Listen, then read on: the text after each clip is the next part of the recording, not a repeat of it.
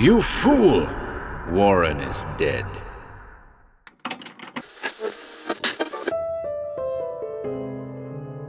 Welcome to HorrorBabble. We're back today with yet another Sargasso Sea story by the great William Hope Hodgson. The Voice in the Dawn, also known as The Call in the Dawn, first published in the Premier magazine, November 1920. We hope you enjoy this one, folks.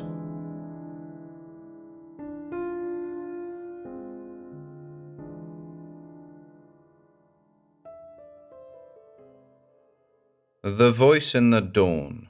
by William Hope Hodgson. To those who have cast doubt upon the reality of the great Sargasso Sea, asserting that the romantic features of this remarkable sea of weed have been greatly exaggerated, I would point out that this mass of weed lurking in the central parts of the Atlantic Ocean is a fluctuating quantity, not confined strictly to an area, but moving bodily for many hundreds of miles, according to storms and prevailing winds, though always within certain limits. Thus it may be that those who have gone in search of it, and not having found it where they expected, have therefore foolishly considered it to be little more than a myth, built around those odd patches and small conglomerations of the weed, which they may have chanced across. And all the time, somewhere to the north or south, east or west, the great shifting bulk of the weed has lain quiet and lonesome and impassable, a cemetery of lost ships and wrack and forgotten things. And so my story will prove to all who read. I was, at the time of this happening, a passenger in a large bark of 890 tons, bound down to the Barbados. We had very fine, light weather for the first 20 days out, with the wind variable, giving the men a great deal of work with the yards. On the 21st day, however, we ran into strong weather, and at nightfall Captain Johnson shortened sail right down to the main topsail, and hove to the vessel. I questioned him concerning his reason for doing this, as the wind was not extraordinarily heavy. He took me down into the saloon, and there, by the aid of diagrams, showed me that we were within the eastern fringe of a great cyclone,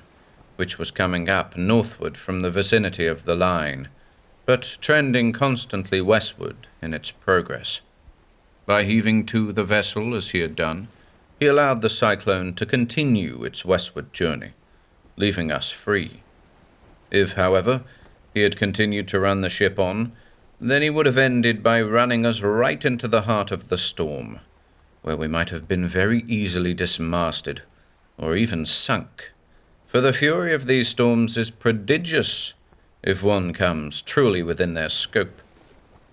The captain gave me his opinion and reasons for supposing that this storm, of which we felt no more than the fringe, as it were, was a cyclone of quite unusual violence and extent. He assured me also that when daylight came on the morrow, there would most probably be a certain proof of this in the great masses of floating weed and wrack that we should be likely to encounter. These weed masses, he informed me, were torn from the great eddy of the Atlantic Ocean, where enormous quantities of it were gathered, extending, broken and unbroken, for many hundreds of miles, a place to be avoided by all reasonable navigators. Now it all turned out as the captain had foretold. The storm eased hourly through the night, as the cyclone drew off into the westward sea, so that ere the dawn had come, we lay upon water somewhat broken by the swell of the departed storm, yet almost lacking even a light breath of wind. At midnight I went below for sleep, but was again on deck in a few hours, being restless.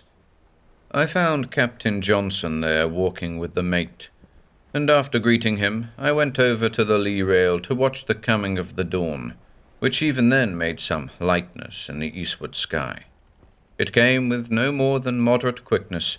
for we had not yet come into the tropics, and I watched very earnestly because the dawnlight has always held for me a strange attraction. There grew first in the east a pale shimmering of light, very solemn, coming so quietly into the sky it might have been a ghost light spying secretly upon the sleeping world. And then, even as I took account of this thing, there went a spreading of gentle rose hues to the northward, and upon this a dull orange light in the mid-sky. Presently there was a great loom of greenness, most wondrous in the upper sky, and from this green and aerial splendor of utter quietness there dropped curtains of lemon that enticed the sight to peer through their mystery into the lost distance, so that my thoughts were all very far from this world. And the lights grew and strengthened as if they had a great pulse, and the wonder of the dawnlights beat steadily upon the eye in an ever-continuing brightness, until all the eastward sky was full of a pale and translucent lemon, flaked athwart with clouds of transparent greyness and gentle silver. And in the end there came a little light upon the sea, very solemn and dreary, making all that vast ocean but a greater mystery. And, surely as I looked outward upon the sea, there was something that broke the faint looming of light upon the waters, but what it was I could not at first see. Out of the mists of the lost horizon there climbed presently a little golden glory, so that I knew the sun had near come out of the dark, and the golden light made a halo in that part of the far world, sending a ray across the mystery of the dark waters. Then I saw somewhat more plainly the thing that had lain upon the sea between me and the far lights of the dawn. It was a great, low-seeming island in the midst of the loneliness of the ocean. Yet, as I knew well from the charts, there was no proper island in these parts, and I conceived, therefore, that this thing must be an island of the weed, of which the captain had spoken the previous day. "Captain Johnson," I called to him softly, because there seemed so great a quietness beyond the ship. "Captain Johnson, bring the glasses." And presently we were spying across the vanishing dark at this floating land of the storm. Now, as we looked earnestly across all that quiet greyness of the sea at the dim-seen island, I became doubly filled with the mystery and utter hush of the dawn time, and of the lights, and of the lesson of the morning which is told silently at each dawn over the world. I seemed to hear newly and with great plainness each sound and vague noise that was about me, so that the gentle creaking of the masts and gear was as a harsh calling across that quiet, while the sea made hollow and dank sounds against the wet sides of the ship, and the noise of one walking on the forecastle was the thing that made all the vessel seem to resound emptily. But when I listened to the far-off parts of the sea, even whilst I looked with solemn feelings at that ghostly island half seen in the dawn, it was as if no sound had ever been out there, except it might be some damp wind that wandered forlorn in the distance of the ocean. And by all this you will understand something of the mood that had come upon me. And indeed I think this mood was not mine alone, for the captain was very quiet, and said little, looking constantly towards the grey gloom of the island in the dawn. And then, as the sun cast the first beam of light clear over the mists of the hid horizon, there came a little, thin noise out of all the dawn of the world. It was as if I heard a small voice far off in the miles, coming to me out of an infinite distance. "Son of man, son of man." I heard it very faint and lost, seeming in all that mystery of the eastward sea, drifting out of the quiet of the dawn. Towards the east there was only emptiness and greyness, and the quiver of the dawn shine, and the first rays of the morning upon the silver-grey shimmer of the sea. Only these things, and the low-lying stretch of the weed island, maybe half a mile to the eastward, a desolate shadow, quiet, upon the water. I set my hand to my ear and listened, looking at the captain, he likewise listening, having looked first well through his glasses, but now he stared at me, half questioning with his eyes. The sun stood up over the edge of the grey, glimmering ocean like a roadway of flame, broken midway by the dull stretch of the weed island. And in that moment, the sound came again. Son of man, son of man. Out of morning light that made glows in the eastward sea. Far and faint and lonesome was the voice, and so thin and ethereal it might have been a ghost calling vaguely out of the scattering graynesses, the shadow of a voice amid the fleeting shadows. I stared round at all the sea, and surely on every side it was studded with islets of weed, clearly seen upon the silver of the morning sea, through the quiet miles into the horizons. As I looked this way and that way with something of astonishment, there came again to my hearing a faint sound, as if I heard a thin, attenuated piping in the east, coming very incredible and far-off sounding and unreal over the hush of the water. Shrill and dree, and yet vague it was, and presently heard it no more. The captain and I looked often at one another during this time, and again we searched the width of the eastward sea and the desolateness of the long, low island of the weed, but there was nowhere anything that might lead us to an understanding of this thing that bewildered us. The mate also had stood near to us listening, and had heard the strange, thin, faint calling and piping, but he likewise had no knowledge or understanding by which we might judge the thing. Whilst we were drinking our morning coffee, Captain Johnson and I discoursed upon this mysterious happening, and could in no wise come any the nearer to an understanding, unless it was some lone derelict held in the weed of the great island that lay eastward of us. This was, in truth, a proper enough explanation, if only we might set proof upon it, and to this end the captain ordered one of the boats to be lowered, and a large crew to man the boat, and each man to be armed with a musket and a cutlass. Moreover, he sent down into the boat 2 axes and 3 double-edged whale pikes or lances, with 6 feet blades, very keen, and as broad as my palm. To me he dealt a brace of pistols, and likewise a brace to himself, and the 2 of us had our knives. And by all of these things you can see, as I have told, that he had known previous adventures with the weed, and that he had knowledge of dangers that were peculiar thereto.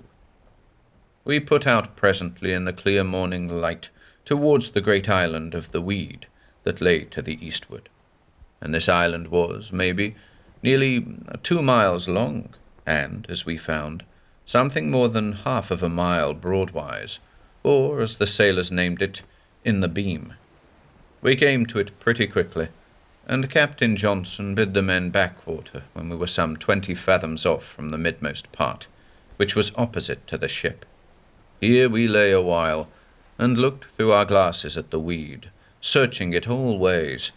but saw nowhere any sign of derelict craft, nor aught that spoke of human life.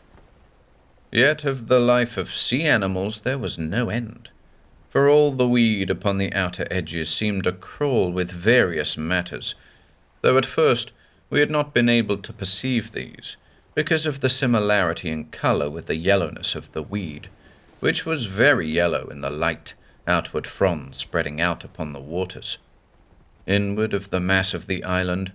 I saw that there went a dark and greener shading of the yellow, and there I discovered that this green darkness was the colour of the great weed stems that made up the bulk of the island, like so many great cables and serpents of a yellow-green, very dank and gloomy, wandering amid their twistings and turnings and vast entanglements that made so huge and dreary a labyrinth. After we had made a pretty good survey of that part, we turned to the northward,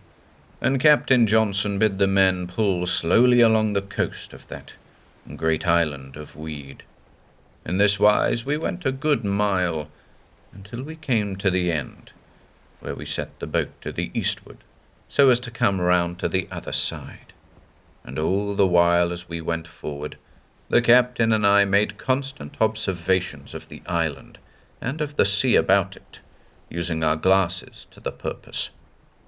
This way I saw 1,000 matters to give me cause for interest and wonder, for the weed all about the borders of the island had living creatures a-move within amid the fronds, and the sea showed frequently in this place, and the glitter of strange fish very plentiful and various. Now I took a particular heed to note the many creatures that lived amid the weed, for I was always interested in the weed sea, from the many accounts which I had heard concerning it, both from Captain Johnson and from other men of the sea that had been shipmasters in my voyages. And surely these islands and gatherings together of the weed had been rent from that great weed sea which Captain Johnson spoke of always as the Great Eddy. As I have said, I took very good heed to note what manner of creatures lived in the weed, and in this way I perceived presently that there were more crabs than aught else, so far as the power of my glasses could show me, for there were crabs in every place, and all of them yellow in the top parts as the weed, and some were as small as my thumb-top, and many were less, I suppose, had I been closer to discover them. But others crawling amid the weed fronds must have spread a great foot across the back, and were all yellow, so that, save when they moved, they might lie hidden entirely by matching the shades of the weed in which they lived. We had pulled round the northward end of the island, and found it, as I have told, something more than 1/2 mile wide, or maybe 3/4 for all that we could be sure. And here let me tell concerning the height of the island above the sea, which we judged now,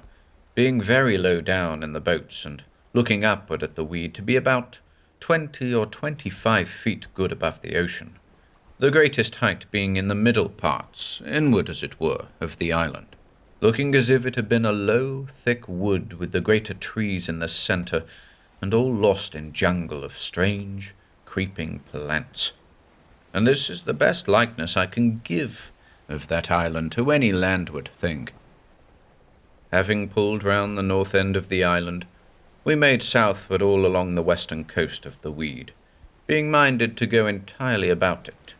and chance discovering the cause and the place of that strange calling in the dawn. And indeed it was a dree place to be,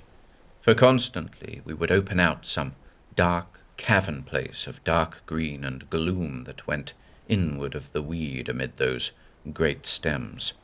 and often there seemed to be things moving therein, and always there was a quietness in all that desolate waste, save when some small wind played strangely across it,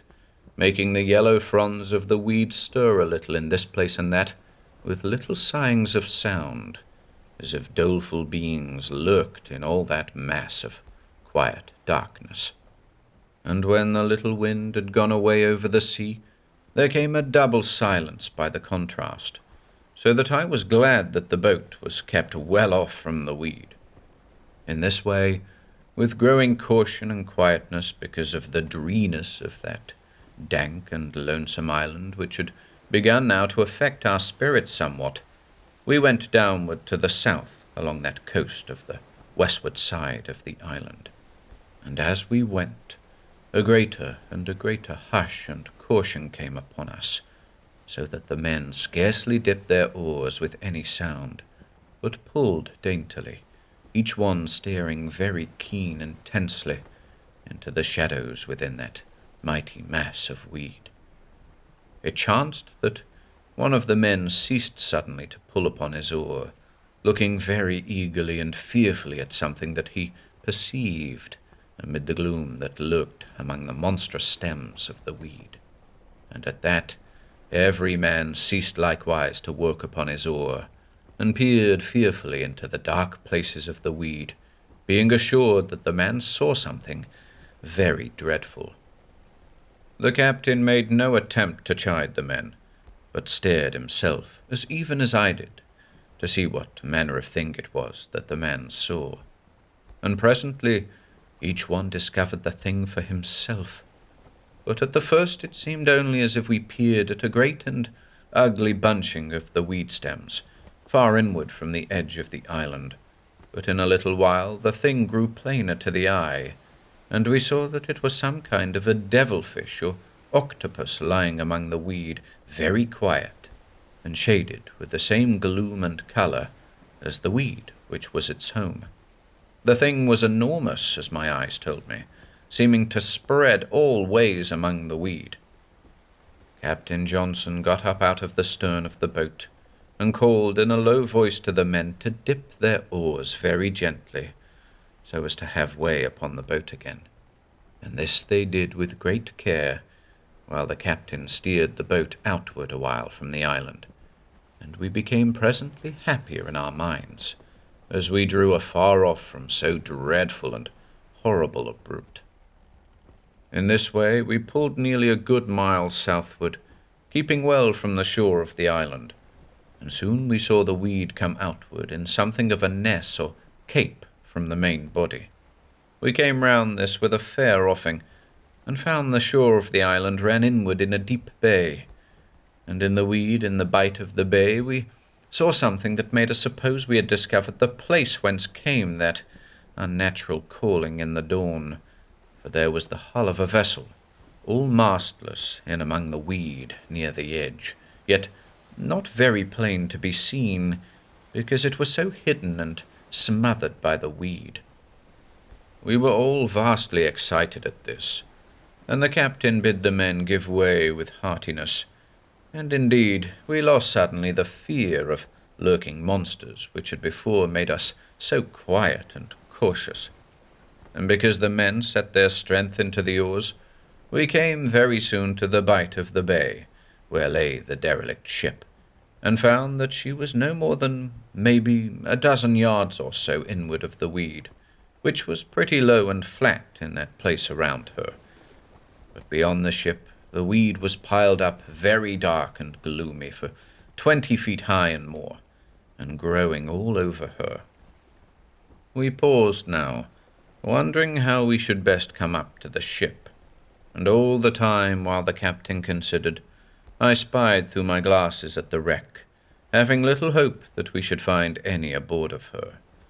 For it was plain to me now how old she was, and all crumbled with time and weather, and the weed girding her in all parts seeming to grow through the wood of her sides, though this was very incredible. Yet so we found it to be when we came near her. Afterwards I searched the weed all near her, to see whether there was any monster fish about, Captain Johnson doing the same, but we found nothing, and the captain then gave orders to put the boat in among the weed, and we cut our way through the low weed to the side of the ship. Now, as we made way through the weed, it amazed us to see how much life had been hidden there, very still, for all the weed now about the boat was a swarm with small crabs running along the fronds and smaller stems, while the water that showed between the growths of the weed was full of living things, great shrimps that seemed bigger than prawns, darting 1,000 ways at once, and coloured fish that passed very swiftly.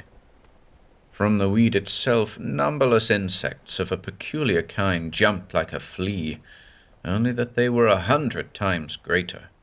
And twice and thrice, as we put the boat through the weed, we disturbed great crabs that were laying there sullen or waiting for their prey. One of them, as big across the back as a dish cover, which caught at the oar of one of the men with its pincers and nipped the thin wood of the blade through, quick and cleanly. Afterwards it went away, rough and active, shaking the weed in its passage, which will show you the vigor and strength that was in the creature. In a few minutes we had cut a way into the ship, using the axes and the men's knives and the oars, but the cutlasses the captain would not have used on the wood, because they were weapons and to be kept as such. When we came close in upon the ship, we found that the weed grew completely through her side, as though the weed had rooted in the wood of her, and we were all somewhat astonished at this thing, and many another which we discovered, for when we came to clamber up her side, we found the wood had gone soft and rotted to a sponginess, so that we could kick our shod toes into the wood and thereby make each an immediate ladder upwards. When we came to the top level of the hulk and could look aboard, there was nothing to her but the shell of her sides, and of her bows and stern, for all the decks were gone, and the beams that had held the decks were part missing,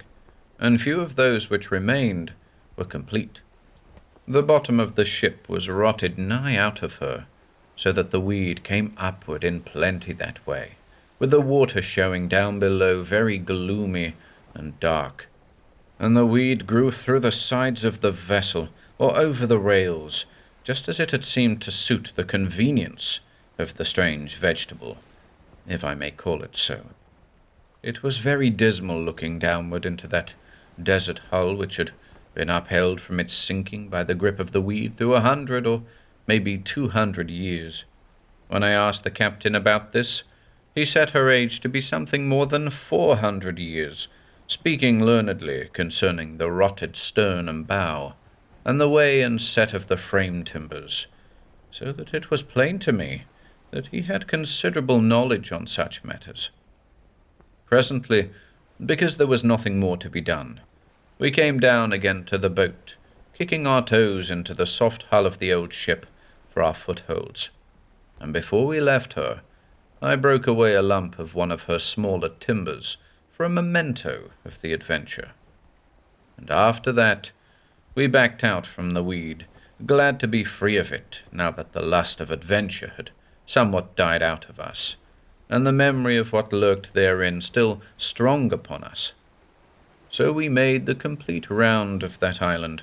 which was more than 7 good miles in all to circumnavigate,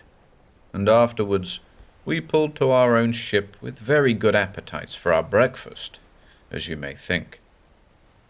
All that day it remained calm, and often I turned my glass upon the weed islets that studded the sea in other parts, but none was very great or high, though I reminded myself that they would have appeared higher had we approached them in a boat, and this we found to be true, for we used that afternoon to go from one small islet to another in the boat, and crabs and fish and small living things we found in plenty, but never any sign of a wreck or of human life. We returned to our ship in the evening, and had much talk upon the strangeness of that calling that had come to us in the dawn, but no reasonable explanation could we make. And presently I went to my bed, being weary by the lack of rest on the night that had passed. I was wakened in the early morn by the captain shaking me, and when I had come properly to my senses, he told me to hasten on deck, that it was still calm, and they had heard the voice again in the dawn that was just breaking. On hearing this, I made speed to go with Captain Johnson on deck, and here upon the poop I found the second mate with his glass, staring eastward across the sea towards the weed island, which was barely seen save as a vague shadow low upon the water. The second mate held up his hand to us, and whispered, "Hist," and we all fell to listening, but there came no sound for a time, and meanwhile I was greatly aware of the very solemn beauty of the dawn, for the eastward sky seemed lost in waters of quiet emerald, from a strange and apparent green to a translucence of shimmering green that surely stretched to the very borders of the eternal, in palest lights that carried the consciousness through ethereal deeps of space, until the soul went lost through the glimmering dawn, greeting unknown spirits. And this is but a clumsy wording of the way that the holiness of that dim light and wonder hushed my very being with a silent happiness. Then, even as I came to this condition of mind, out of the eastward sea, and of all that quiet of the dawn, there came again that far attenuated voice, Son of man, son of man. coming faint and thin, and incredible out of the utter stillness of the wonder and silent glamour of the east. The green of the lower sky faded even as we listened, breathless, and upward there stole the stain of purple lights that blended into a growing bloom of fire clouds in the middle and lower sky, and so to warmer lights, and then to the silver-grey paling of the early morning. And still we waited. Presently eastward there came a golden warmth upward into the pearl quiet of the lower sky, and the edge of the sun rose up calm and assured out of the mists, casting a roadway of light over the sea. And in that moment the far, lost voice came again, Son of man, son of man. drifting to us strangely over the hushed sea, seeming to come out of immense and infinite distances, a voice thin and lonesome, as might be thought to be the call of a spirit crying in the morning. As we looked at one another, questioning wordless things, there came a vague, impossible piping far away and away over the sea, to be presently lost again in the quietness, and we were all agog to know what it might portend. After breakfast that day, Captain Johnson ordered the boat to be lowered, and put a large crew into her, all armed as before. Then we put off to the Weed Island, but before we left the ship, the captain had dismounted the smallest ship's bell that was upon the poop, and this we had with us in the boat, also his speaking trumpet.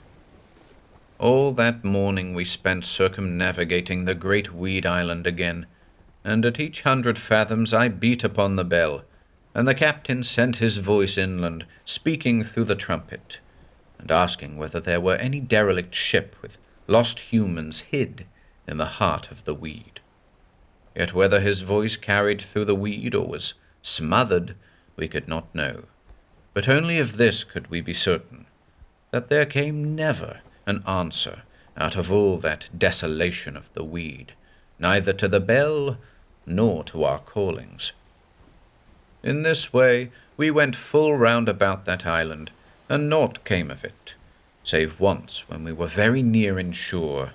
I saw a truly monstrous crab, double as big as any I had ever seen, far in among the great weed stems, and the crab was dark-hued as though to match the darker colour of that inward weed. And by this I judged that it lived far inward amid the gloom of the centre parts of that strange island. And truly, as I thought, what could we do, even though we found a ship far inward of the weed? For how could any man face a monstrous thing like that? And surely there would be multitudes of such brutes in the middle part of the island, taking no count of the devilfish which also inhabited the weed of that desolate and lonesome island. In the end, we came back to our own ship,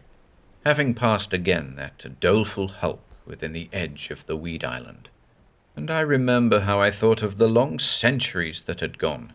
since that old craft was lost.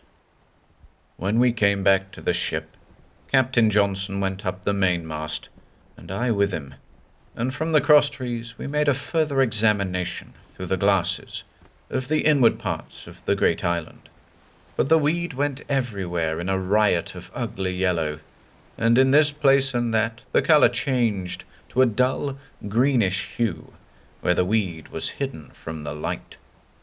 And presently we ceased to spy upon the island, for the overarching and entanglement of those monstrous fronds would have hidden with ease a great fleet of ships, if the same had been lacking their masts. Now, whether there was a ship hidden in all that desolation of weed, who shall say? And if there had been a ship hidden, and caught far inward of that weed and all overgrown with it, how was it likely that any living being was aboard of her?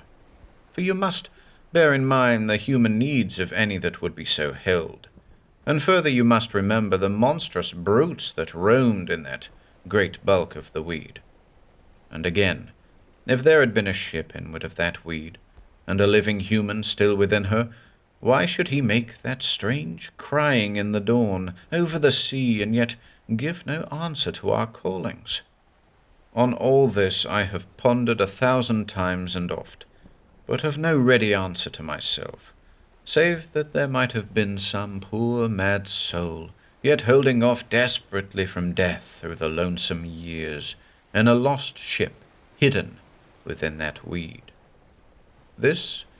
is the only explanation that I have found to come anywhere near the need of my reasoning. And truly it would be strange if such a one could be anything but a lonesome madman, greeting each dawn with wild and meaningless words and singings that might seem to be of meaning to a poor demented brain. But whether this was so, or whether there was some matter in the adventure beyond our indifferent knowledge, I cannot altogether decide. I can only tell you that, in the dawn of the 3rd day of that calm, we heard again that far and strange calling, coming to us through the hush and the greyness, out of the eastward sea, where the weed island lay. Very thin and lonesome was the cry. Son of man, son of man. Coming to us in a long and drawn-out attenuation of sound, as if out of an immense distance.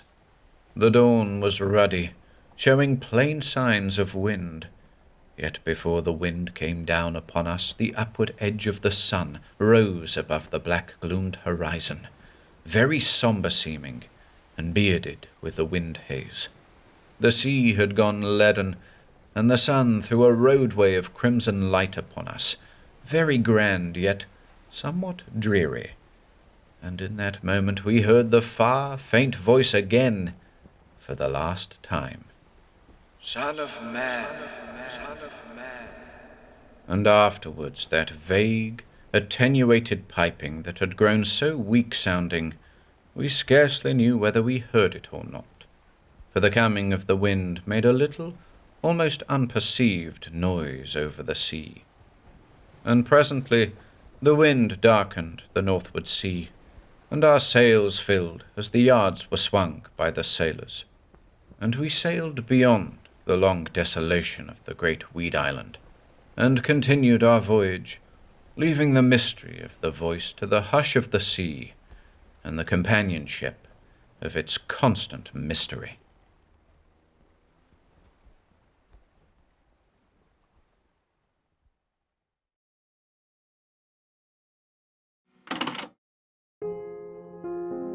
If you enjoyed listening today, be sure to subscribe to the channel by hitting the red subscribe button below. After doing so, click the bell icon next to the subscribe button to receive new content notifications. If you'd like to support our work and receive exclusive perks, consider becoming a channel member by clicking the join button below. To support us in other ways, see the video description for links to our Bandcamp and Patreon pages, our merch store over at Teespring, and further information relating to our releases on Audible, iTunes, and Spotify.